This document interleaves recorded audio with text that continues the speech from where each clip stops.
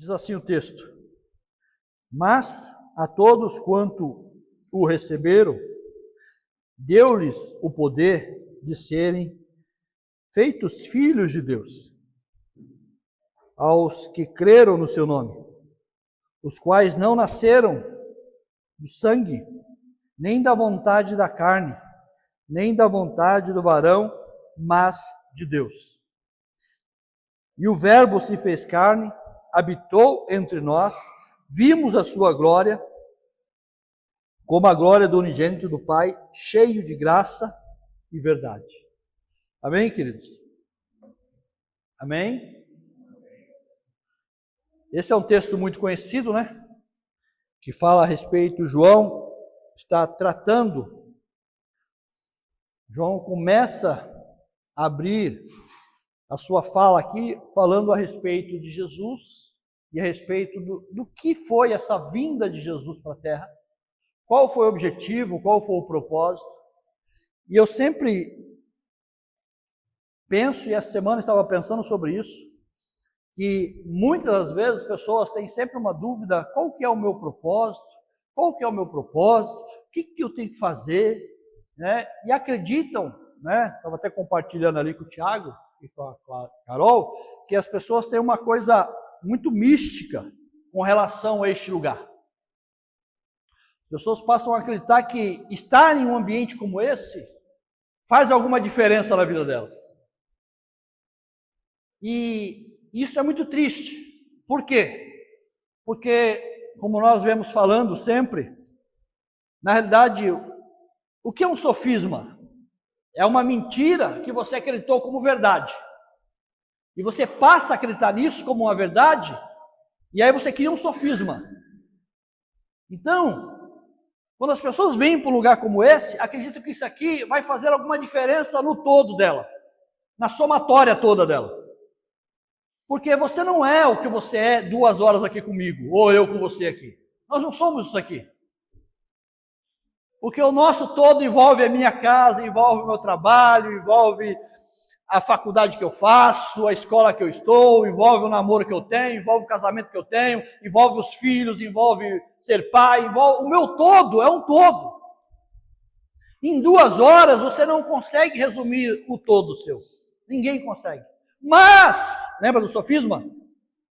Eu passo a acreditar numa mentira como se fosse a verdade. Se eu for num lugar como esse, vai fazer toda a diferença.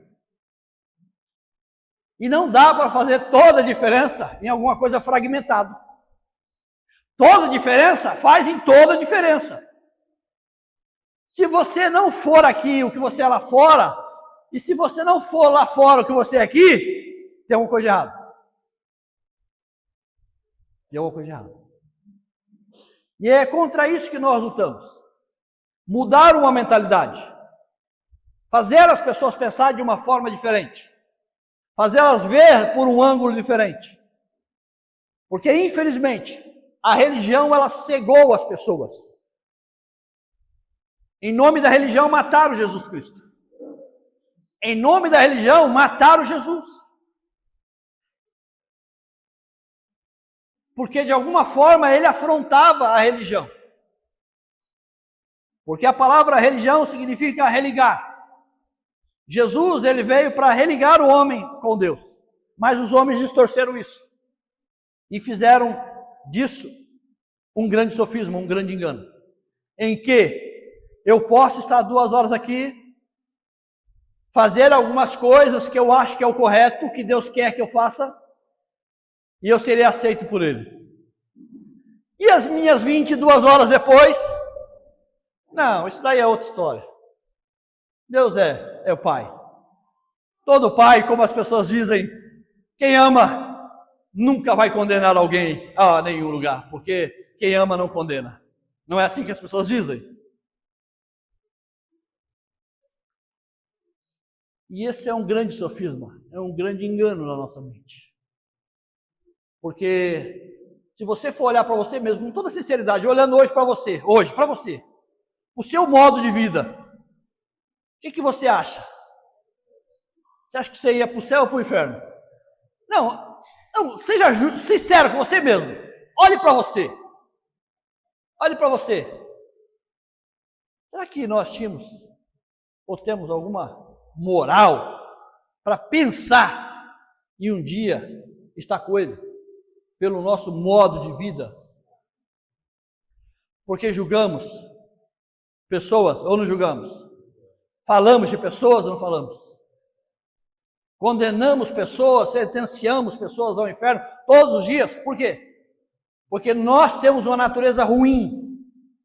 Nós somos ruins por natureza e precisamos melhorar, evoluir todos os dias. Não, mas aqui é reunião dos santos dos últimos dias. Neste lugar aqui só chegaram os santos. Santos dos últimos dias.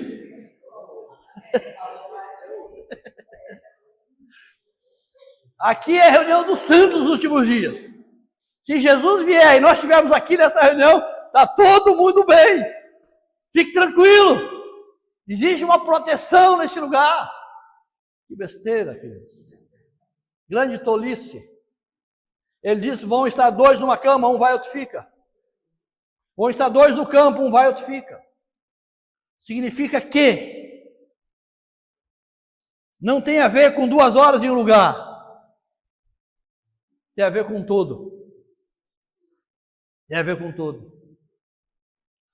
E este é o lugar, volto a dizer, é um lugar onde as pessoas se escondem muito bem. Aqui é um lugar em que as pessoas se escondem muito bem. Porque se chegar carregando uma Bíblia debaixo do braço, com um comportamento de crente, vocês sabem o comportamento de crente como que é, né? Vocês dão risada, o negócio é sério. Comportamento de crente, como que é? Crente não fala palavrão, então eu tenho que me controlar, eu não posso falar palavrão nesse lugar. Aqui não. Não. Aqui eu tenho que me segurar. Acontece alguma coisa? Não, aqui não. Mas se for lá fora é diferente.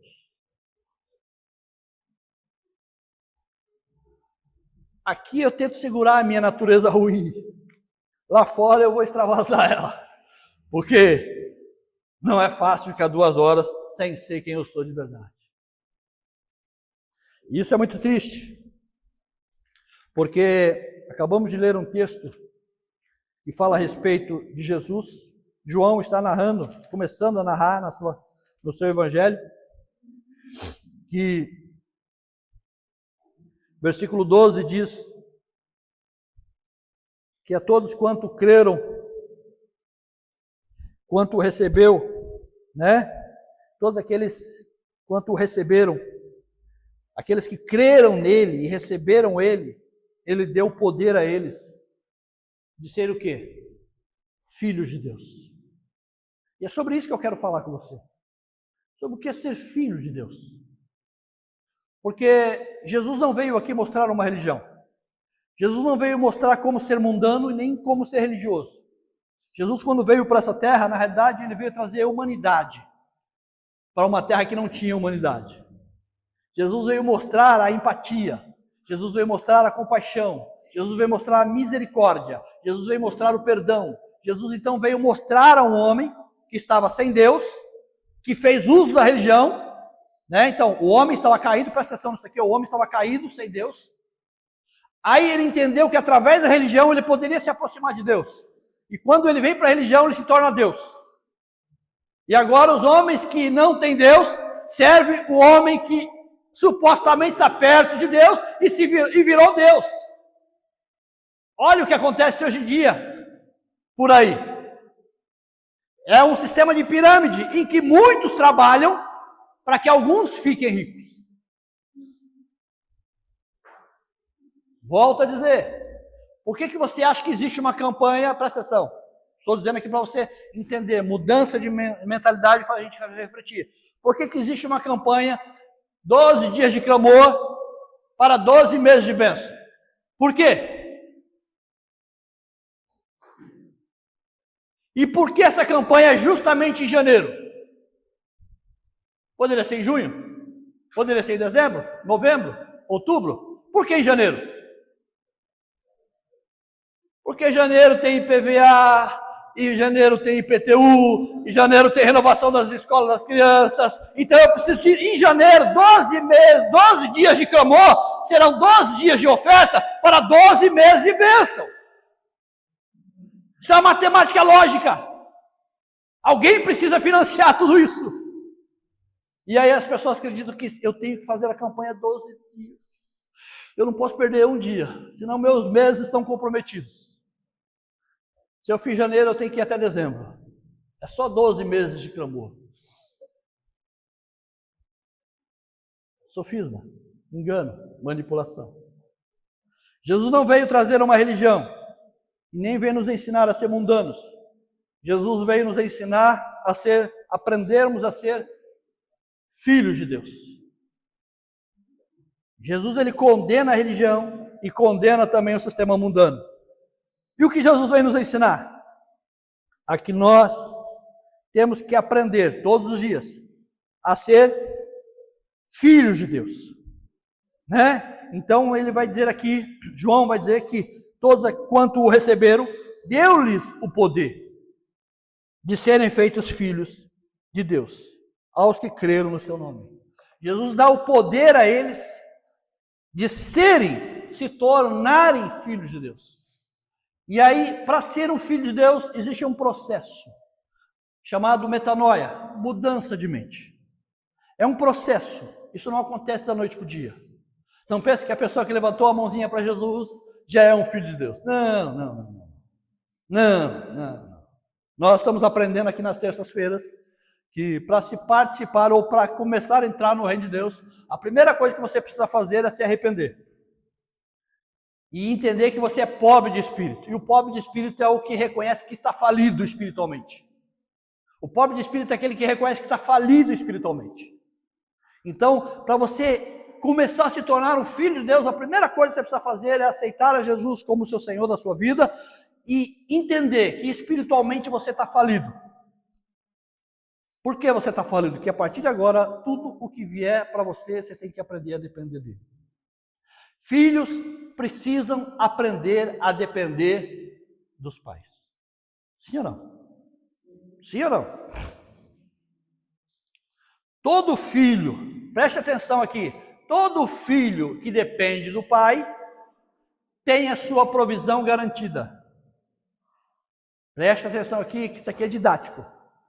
Todo filho que depende do pai tem a provisão garantida, porque tem quem trabalhe por eles. Preste atenção. Cecília está ali, não está? Ravi ali. São crianças. Enquanto eles forem dependentes dos pais, quem provê para eles? Porque a dependência garante a provisão. Mas quando eles crescerem e se sentirem donos dos seus próprios narizes, como muitos de nós fazemos, nós nos sentimos donos do nosso próprio nariz, o que nós fazemos? Não precisamos mais da provisão do pai. Agora é você que luta pela sua provisão. O que você quer? Ser independente? Ou você quer entender que ser filho de Deus significa ser dependente de Deus? E Jesus veio mostrar isso. A dependência que ele tinha de Deus em tudo aquilo que ele fazia. Nenhum milagre que Jesus fez, nada que Jesus fez, não foi porque ele quis fazer, mas tinha uma dependência direta de Deus com relação àquilo que ele estava fazendo. Em todos os momentos. E a primeira coisa que você precisa entender é que, para ser filho de Deus, você precisa aprender a ser dependente de Deus. E aí algumas pessoas ficam se perguntando, mas o que eu vou fazer lá naquela reunião lá? Todo domingo e toda terça-feira. Qual que é o meu propósito de ir nessa reunião? De domingo ou de terça-feira? Querido, se você não entendeu que esse lugar aqui é um lugar em que nós não estamos aqui porque somos os melhores. Nós estamos aqui porque nós somos os melhores. Nós somos a nata da nata. Não, nós estamos aqui porque nós somos bons. Se você não entendeu que nós estamos aqui num ajuntamento de pessoas que entenderam que estão falidas espiritualmente, que entenderam que não tem nada para oferecer para Deus, que entenderam que nós só estamos aqui porque não tem mérito nenhum em nós. Nós estamos aqui porque foi Ele que nos achou. E se estamos aqui, não existe mérito nenhum. E nós estamos aqui para dizer para todo mundo que está lá fora, que se um dia você reconhecer que você está falido espiritualmente, vem para cá. Porque aqui só tem gente falida. Só tem gente aqui arrebentada que precisa melhorar de alguma forma. Aqui não estão os melhores, aqui estão aqueles que caíram em si e disseram assim, eu preciso de ajuda. Mas eu não estou buscando ajuda do homem, eu estou buscando uma aproximação de Deus de verdade. Aqui não é o lugar dos santos, aqui é o lugar onde que as pessoas caíram em si e disseram assim, cara, eu preciso de Deus. Mas eu não preciso de Deus só em 2 horas, eu preciso de Deus na minha vida toda. Desde o meu levantar ao meu deitar, eu preciso de Deus, eu preciso melhorar. E Deus não tem a ver com guardar versículos, e de Deus não tem a ver com essas besteiras simplesmente que a gente acha que agrada a Deus. Porque nós não estamos atrás de guardar leis, nós estamos atrás de entender que nós pertencemos a uma pessoa. O que é ser filho de Deus? É entender que você pertence a alguém. Quer ver uma coisa interessante? Às vezes as crianças chegam em ambientes estranhos, que elas não estão acostumadas. E o que ela faz? Olha como que é interessante. Às vezes dentro de casa, criança é assim, tem filho que é mais chegado no pai, tem filho que é mais chegado na mãe, em casa, né? Mas quando chega num ambiente estranho, que a criança não conhece, quem que ela procura? O pai ou a mãe, não quer saber. Ela pode até não estar muito bem com a mãe, ela pode estar em casa e não estar muito bem com o pai, mas na hora que ela estiver num ambiente estranho, ela sabe para onde tem que correr. Porque ter a presença do pai perto é segurança. Não é? É ou não é? A Cecília chegou aí, toda. E ela faz o quê? Agarrada com a mãe, agarrada com o pai. Por quê? Porque ela sabe de quem ela é filha. Se você colocar outro na frente dela, seu pai é aqui, ela diz, não, esse não é meu pai não. Meu pai é esse aqui. O que nós estamos falando de entender ser filho de Deus? É saber que você pertence a alguém. E quando você estiver num ambiente estranho, você tem um colo para correr. Quando as coisas complicarem à sua volta, quando as coisas ficarem hostis à sua volta, quando as lutas vierem bater na sua porta, você tem um colo para correr. E você não precisa pedir licença para entrar. O colo é seu. Porque colo de pai, colo de mãe, tem dono. É de filho. Só filhos vão para o colo do pai e da mãe. Né? Faz me lembrar aquela história de um grande administrador. Ele quis fazer reunião com todos aqueles que representavam ele em todos os lugares. E ele fez uma convocação e todos vieram. E ele pediu para que ele se reunisse na antessala, que eles teriam a reunião na outra sala, e eles estavam aguardando ele ali. E nada dele vir. Passou-se meia hora, ele não chegava. Passou-se 40 minutos, ele não chegava. Ele trancado dentro da sala e todo mundo esperando ele. Daqui a pouco entra um menino, passa por eles, abre a porta e invade a sala dele. Daqui a pouco ele sai com o filho, e aí um daqueles responsáveis diz assim para ele: você não acha que é uma grande falta de consideração para conosco? Aí ele diz: qual é a falta de consideração? Que nós estamos aqui há mais de 1 hora esperando o senhor, e o senhor não vem nos dar atenção? Esse menino entrou, invadiu a sua sala, ninguém fez nada. E ele olhou para a pessoa e disse: sabe qual a sua diferença? A diferença entre você e ele? Você trabalha para mim, ele é meu filho. Você me espera, eu espero ele. É diferente. Aqui não é o lugar da gente trabalhar para ele. Ele não precisa de gente trabalhando para ele. Ele não precisa de escravos trabalhando para ele. Ele precisa de filhos que aprendam a se relacionar com ele. De pessoas que saibam que ele desejou a sua presença. Foi ele que veio, não foi você que foi atrás dele. Foi ele que te buscou, não foi você que buscou ele. Foi ele que te encontrou, não foi você que encontrou ele. Então foi ele que morreu por você, não foi você que morreu por ele. Entenda, sempre foi ele que nos quis, nunca foi nós que o quisemos. Ser filho tem a ver com entender isso, não tem a ver com fazer coisas para ele. Não estou aqui pregando porque eu quero ser um filho dele, não. Eu estou aqui pregando porque sou grato, porque um dia ele me encontrou. E o que eu faço aqui com vocês, eu faço em qualquer lugar. Faço na rua, faço no trabalho, faço na escola, faço onde me der a oportunidade de fazer.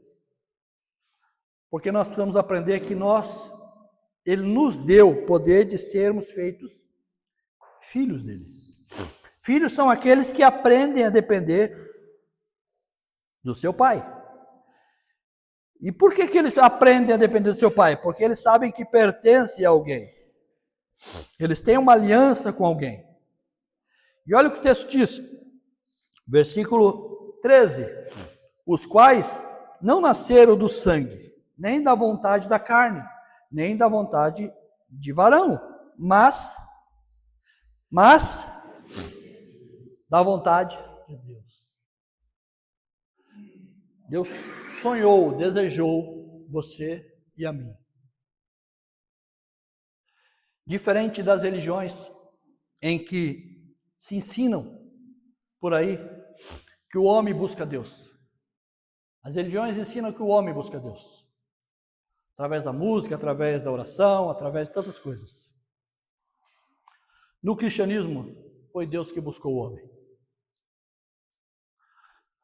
Não fomos nós que buscamos. Nós estávamos perdidos, caídos, mortos nos nossos pecados. E ele te encontrou, ele me encontrou. Ele nos encontrou. Porque o primeiro passo sempre foi dele. E isso é o mais interessante. Porque eu não tinha nada para oferecer a ele. E mesmo assim ele me desejou. Significa que ele não está buscando nada que você tem. Ele não se relaciona com nada que você tem. Ele não se relaciona com nada com aquilo que você pode pensar em oferecer, porque às vezes a pessoa fala assim, não, eu vou para Jesus, mas deixa eu parar de fumar, deixa eu parar de beber, deixa eu parar de fazer isso, deixa eu parar de fazer aquilo. Quando você parar disso tudo, você já não precisa mais dele. E ele não está te buscando porque você tem alguma coisa para oferecer para ele. Ele está te buscando porque você entendeu que você está falido espiritualmente e que você precisa de salvação, você precisa ser salvo de algo que você não consegue sair. E esse talvez seja o nosso maior desafio. Entender que fazer parte de um grupo, estou aqui fazendo parte de um grupo para ser melhor que A, que B, que C, que D. Nós não temos intenção de construir uma igreja, nós temos intenção de mudar a mentalidade. E por que é tão difícil mudar a mentalidade? Porque, volto a dizer, passamos pelos nossos sofismas, engano da nossa mente. Quantas vezes as pessoas pensam que estar aqui nesse tempinho resolve o meu problema? E esquecemos que precisamos melhorar. E o mais interessante é que tem um texto em que Jesus está conversando com a mulher no poço de Jacó, e ali ela foi para tirar água, Jesus pediu para ela dar água para ele. E ela pergunta para Jesus, onde é o lugar da adoração? Em que lugar eu devo adorar? Os judeus dizem que é em Jerusalém, o lugar da adoração. Os samaritanos dizem que é aqui, onde a gente adora. Eu não sei onde a gente adora, porque eu estou confuso. Eu não sei se é lá ou se é aqui. E o que Jesus responde para ela? Nem lá e nem aqui. A hora é agora. Que os verdadeiros adoradores adorarão o Pai em espírito e em verdade. E quem busca os adoradores? Quem busca os adoradores? O Pai busca os verdadeiros adoradores. Quem está buscando os adoradores? O Pai. Não é Deus? Não é Deus que busca os adoradores? Quem é que busca os adoradores? Não é Deus? Me ajude, gente. É Deus que busca os adoradores? Não. Jesus diz o quê? Olha para o texto. O que Jesus disse? Põe água. Para que eles possam ler.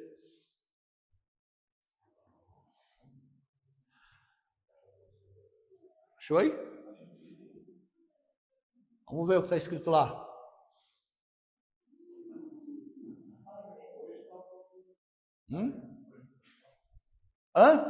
Vamos lá. Mas a hora vem, agora é, em que os verdadeiros adoradores adorarão Pai. Por quê? Por quê? O Pai não é Deus?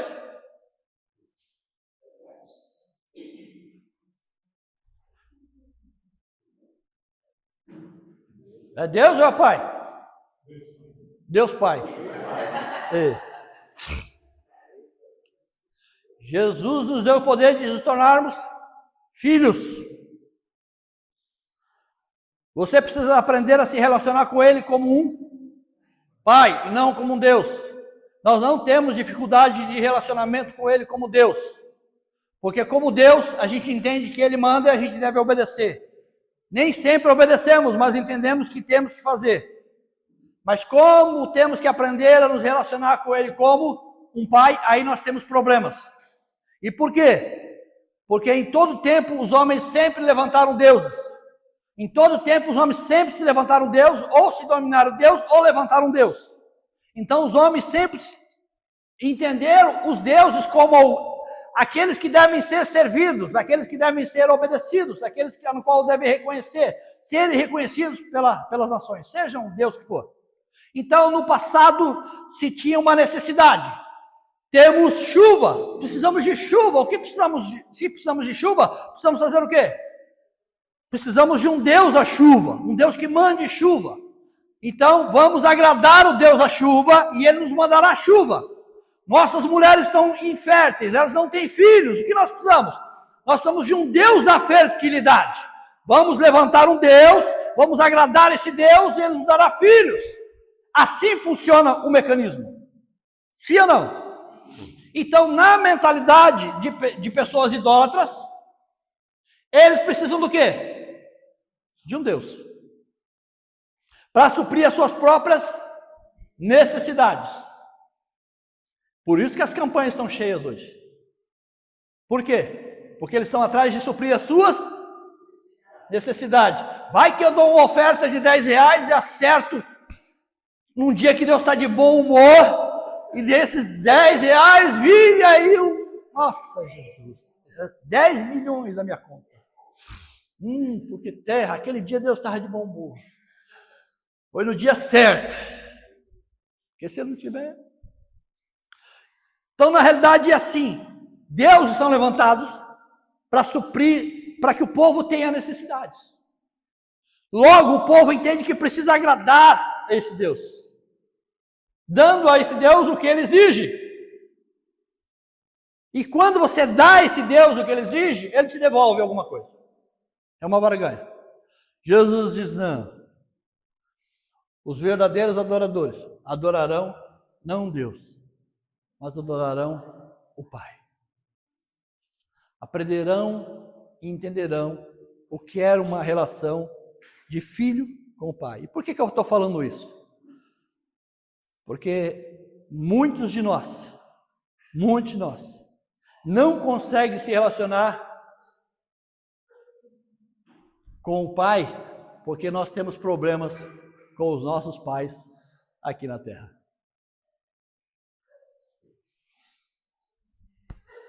Nós criamos barreiras, nós temos dificuldade. E quando nós conhecemos pessoas, quando falam a palavra Pai, elas travam. Por que elas travam? Porque elas têm traumas. Elas têm circunstâncias no qual elas viveram dentro de uma casa. E que o pai deveria ser o protetor, o pai deveria ser aquele que promove todas as coisas. Foi um grande fracasso. E aí as pessoas têm dificuldade para se relacionar agora com esse pai que Jesus está dizendo. Porque Jesus não veio mostrar um Deus, ele veio revelar um pai. Por isso que todas as vezes ele vai se referir a Deus como pai. Para mostrar à humanidade o que ela precisa de paternidade. Ela não precisa de um Deus.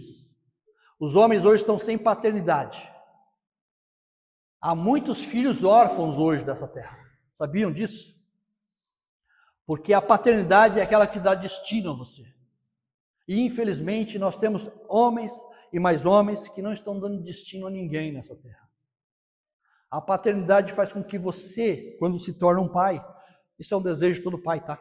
Toda mãe que se preze, é um desejo que eles têm de que o filho vá além do que eles foram. É o sonho que eles têm, que o filho vá além. Por que vá além? Porque é um pai. Todo pai deseja que o filho voe muito mais alto do que ele voou, que estude o que ele não estudou, que ele alcance o que ele não alcançou. Quando o filho está indo além do que ele está indo, ele se alegra. Ele diz, meu trabalho está sendo reconhecido porque eu estou levando meu filho em lugares que eu nunca pisei. Isso traz alegria para o coração do pai. Mas os deuses dessa terra não querem que você evolua, não querem que você cresça, não querem que você expanda, porque quanto mais você expandir, mais crescer, você corre o risco de tirar o holofote deles. Logo, você vira um risco para eles. Entendem o que eu quero dizer? Então, quem procura os verdadeiros adoradores? E o pai procura o quê? Procura verdadeiros? Ele não procura adoração. O texto não diz que o pai está procurando adoração. E por que a gente acha que Deus está atrás da adoração? Não, nós temos que ter um grupo de louvor aqui, muito bom, porque Deus, ele se agrada da adoração.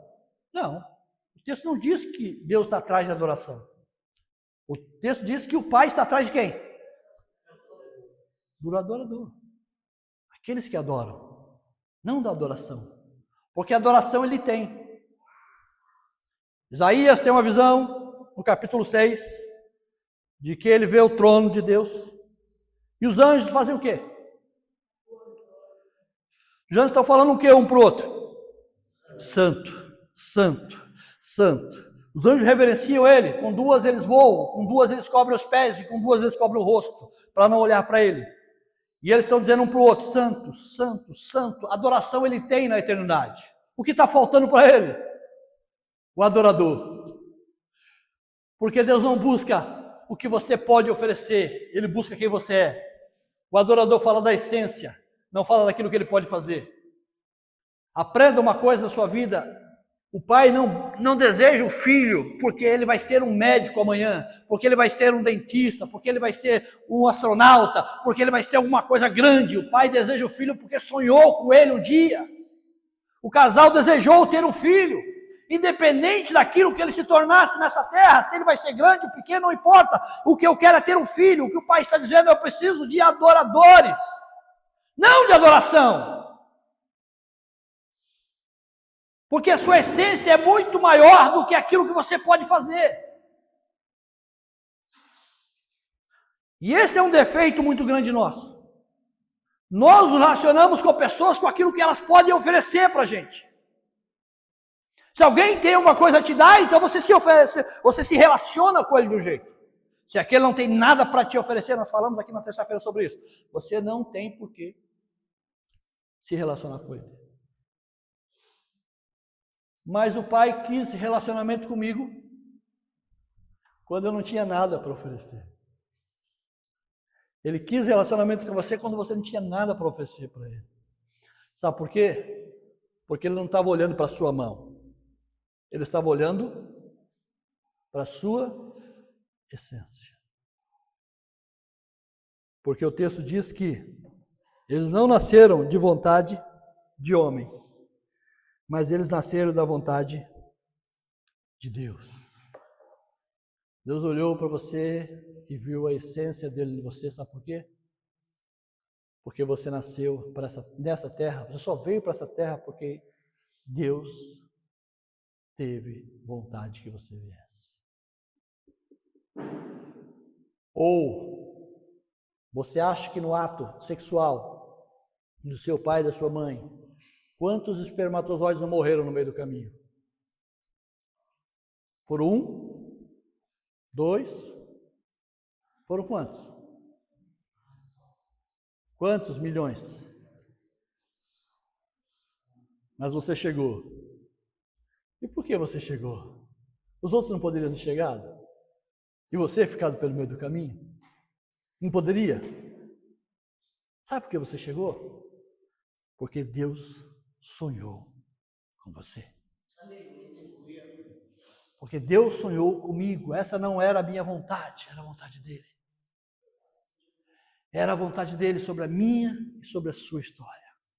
Por isso que ele te achou, por isso que ele te buscou, por isso que ele te encontrou. Por isso que hoje ele faz você entender que você é pobre financeiramente, espiritualmente falando, você se considera falido, mas ele foi achado por ele. Para que você possa aprender a ser um filho de Deus. Porque ser filho de Deus é pertencer a alguém, é depender de alguém. É viver uma vida sabendo que ele está cuidando de você. E quando essa dependência acaba? Nunca. Porque nós sempre seremos dependentes. Porque quem é pai aqui sabe disso. O filho dá trabalho quando pequeno. Nós temos preocupação? Temos. E quando cresce?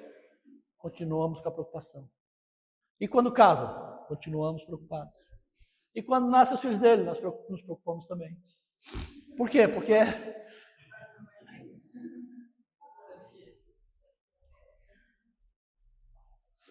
preocupação de pai com filho só não existe até a mulher falar que está grávida.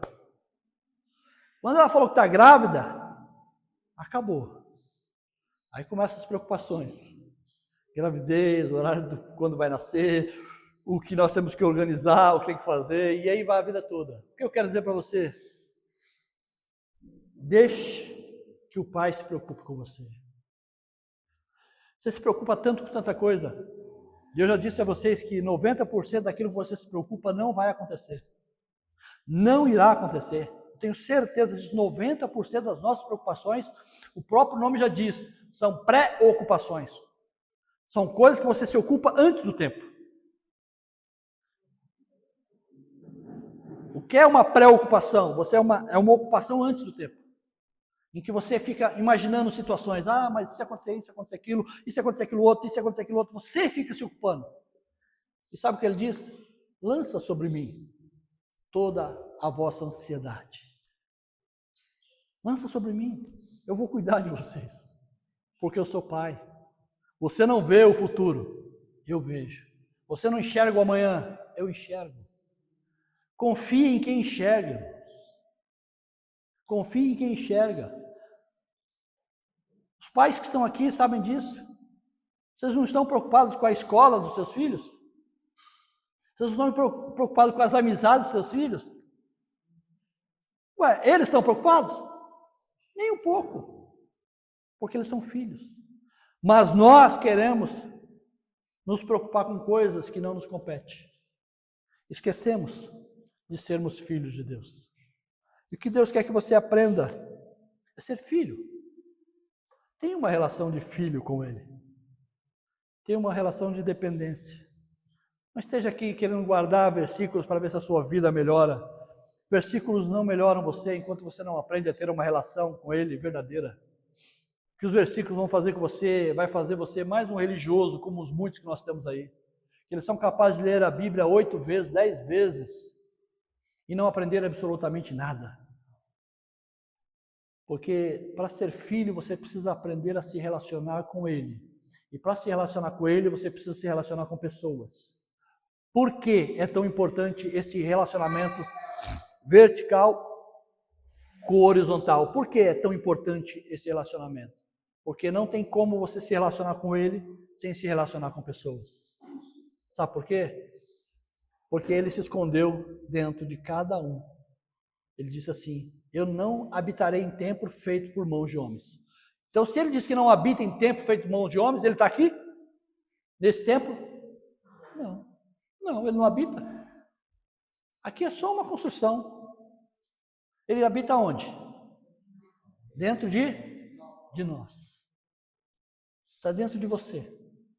E se eu quero me relacionar com Ele assim, eu preciso me relacionar com Ele assim. E aí eu preciso passar por você. E esse é o nosso grande problema. Que eu, quando olho para você, Eu não vejo o cisco no meu olho, eu vejo a trave no seu. O contrário, né?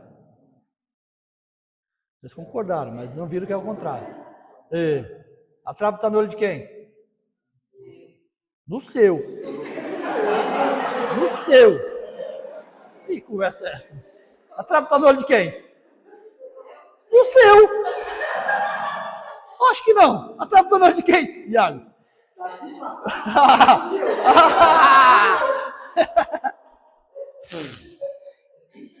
A trave está no olho de quem está vendo. Daqui para lá está no meu. De lá para cá está no seu. Só que eu não consigo ver a trave no meu. Mas consigo ver o cisco no seu. Olha como nós somos terríveis. Eu não consigo ver os defeitos na minha vida, eu consigo ver os defeitos na sua vida. Olha como nós somos terríveis. Deveria eu ver os defeitos na minha vida e não ver os defeitos na sua vida, mas quando eu tenho que me relacionar com ele e com você, eu vou sempre esbarrar nos seus defeitos. Mas ele não mandou eu olhar para os seus defeitos. Ele mandou olhar para a minha vida e não para a sua vida. E nós fazemos o contrário. Nós sempre estamos justificando a nós mesmos em cima dos outros. Eu não sou uma boa mulher porque meu marido não presta. Eu não sou um bom marido porque a minha mulher não presta. Eu não sou um bom filho porque meu pai não presta. Eu não sou um bom pai porque meu filho não presta. Você não é bom porque você não quer. Acabou a história. Você só não é melhor porque você não quer. Mas a gente sempre está fazendo como Adão fez. Eu comi do fruto? Comi, Senhor. Foi a Eva que me deu. Se ela não tivesse me dado, eu não teria comido. Eva, você deu? Eu dei, mas foi a serpente que me enganou. Se a serpente tivesse me enganado, eu não tinha feito. Então nós temos muito disso. E estar aqui nesse ambiente é entender que eu tenho que parar de apontar os outros. Eu tenho que parar de olhar para os outros. Eu tenho que melhorar. Sou eu. Todos os dias. Isso é mudar a mentalidade. Porque se eu quero ser filho de Deus, quem tem que melhorar? Sou eu. Não é ninguém mais. Quem está buscando ser filho de Deus sou eu. E o que a gente faz? A gente quer converter todo mundo. Só a gente não.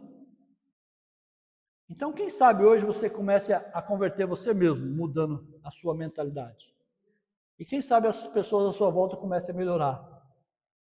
Porque talvez o problema não seja as pessoas, seja eu. Eu que preciso melhorar.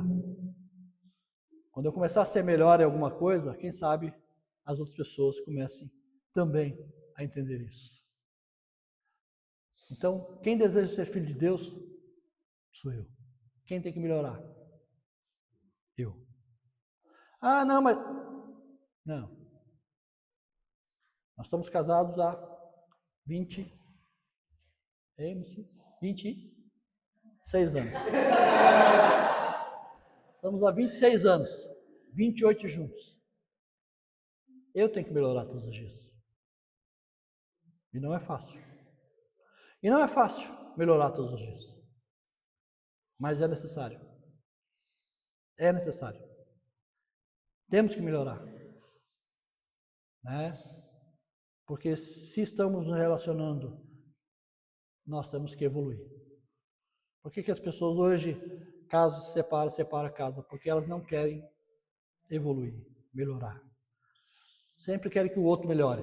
Entram nos relacionamentos pensando, não, eu sou assim, sou assado, eu não mudo. Né? O cara casou, mas não quer dar satisfação para a mulher. Casou para quê então? Para não dar satisfação, ficava solteiro. O solteiro tem que dar satisfação para o pai e para a mãe. Imagina o casado. Não, eu casei, mas meu celular, minha mulher não toca no meu celular porque eu tenho senha de acesso e só eu sei. Porque eu preciso ter o quê? Que o pessoal fala? Tem o quê? Privacidade. Casal com privacidade? Aonde existe isso? Para ter privacidade, vive solteiro. É uma vida comum, incomum. É uma só. Se a mulher não tiver acesso ao celular do marido, se o marido não tiver acesso ao celular da mulher, isso não é um casamento, gente. Não é. Por quê? Por que eu preciso de privacidade do meu celular? Para quê? A não ser que eu tenha alguma coisa para esconder. Né?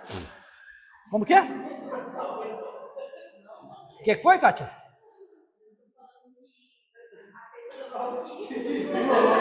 Não gagueje, não. Não gagueje, não.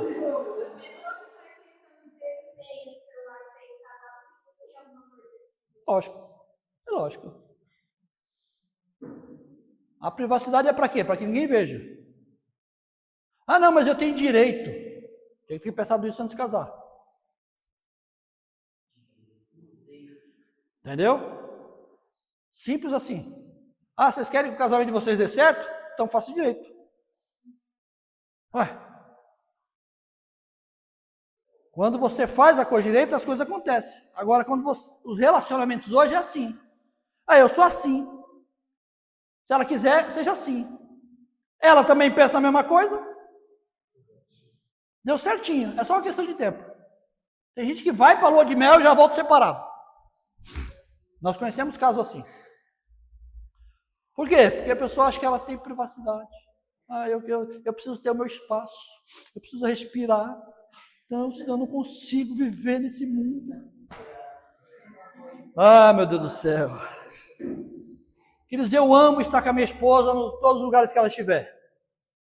Se ela vai para o mercado, é bom ir no mercado com mulher? Lógico que não é. Lógico que não é. É ótimo ficar empurrando aquele carrinho. É ótimo ficar empurrando. Não é. Mas nós casamos para andar junto.